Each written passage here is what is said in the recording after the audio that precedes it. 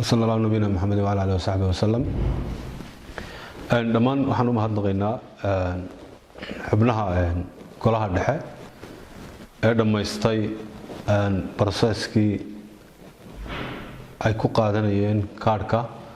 oo ku dhow gabagabo iyo maalmihii ugu dambeeyay waxa aan aad iyo aad ugu mahadnaqayaa mar labaad iyo mar saddexaad ba xubnahaasi sida fiican u dadaalay ee dhameystirtay dhammaan processkii looga baahnaa oo aad u badan waxaan doonayaa inaan ogeysiiyo xubnaha golaha dhexe ee rasmiga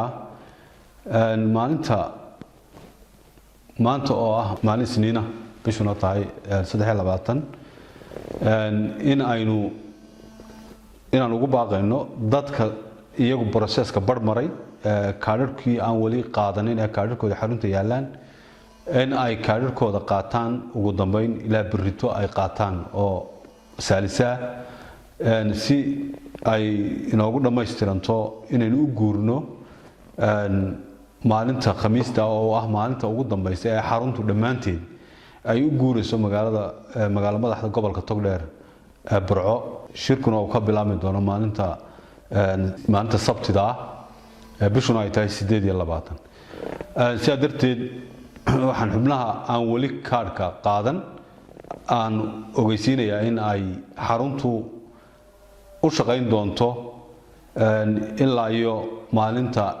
Arbacada xubnahaasi kaadhadhku u yaalaan iyo xubnaha wali dhiman in ay ilaa maalinta Arbacada u shaqaynayso saacadu markay tahay 5 galabnimo maalinta Arbacada ee fooda inagu soo haysana xaruntu dhamaanteedba ay u guuri doonto wixii ka dambeeya magaalada Burco qof dambana aanu imanaynin xarunta oo kaadh soo doonanaya waxa kale oo aan xubnaha ogeysiinayaa inaanay jirin wax kaadha oo lagu bixinayo magaalada uu shirku ka dhacayo ee Burco dhammaan kaadhadhka waxa lagu qaadanayaa xarunta xisbiga ee Hargeysa ayaa laga qaadanayaa ma jiro kaadh laga qaadanayo Burco marka dadka iyagu quudareynaya in ay kaadhadh Burco lagu siinayo waxaan ogeysiinayaa inay arintaasi jirin waxa kale oo aan iyadana xubnaha rasmiga ee golaha dhexe ee dhameystay processkan kana qayb galaya shirka aan iyagana u sheegayaa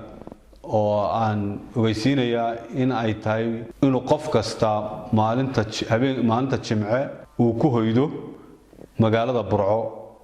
ee caasimadda gobolka Togdheer si uu uga qayb galo shirka oo maalinta Sabtida ee 28 ka furmaya qof kasta oo kamid ah xubnaha rasmiga ee processkaasi dhameystay waxa uu fariimo ka helayaa systemka xarunta ayaa fariimo soo diraysa sida uu soconayo iyo qaabka uu u degayo iyo waxyaabaha la midka waxa uu ka helayaa mobilkiisa gacanta uu ku sito ayuu fariimaha ka helayaa marka xarunta ayaa fariimo ku soo siin doonta ugu dambeyn maalinta Jimce waa inaad Burco gaadha hadii Ilaahay ka dhigo marka waxaan aad iyo aad ugu adkaynayaa xubnahaasi rasmiga ee iyagu dhameystay processkooda in ay maalinta Jimce dhammaan wada gaadhaan magaalada Burco hadii Ilaahay ka dhigo qaabka iyo wax walbana waxay fariimo kala helayaan xarunta oo ay si toos ah ula soo hadli doonta fariimana soo gaarsiin doonta waxa kale oo aan iyadana u sheegayaa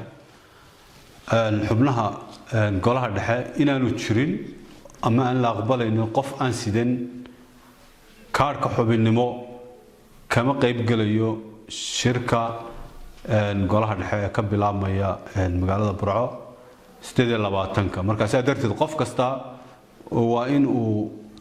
ku dadaalo sidii uu si qaadan lahaa kaarkiisa ogow inaad gelaynin hoolka shirku ka dhacayo hadii aanad sidanin kaarka xubinnimada aad baa u mahadsantahay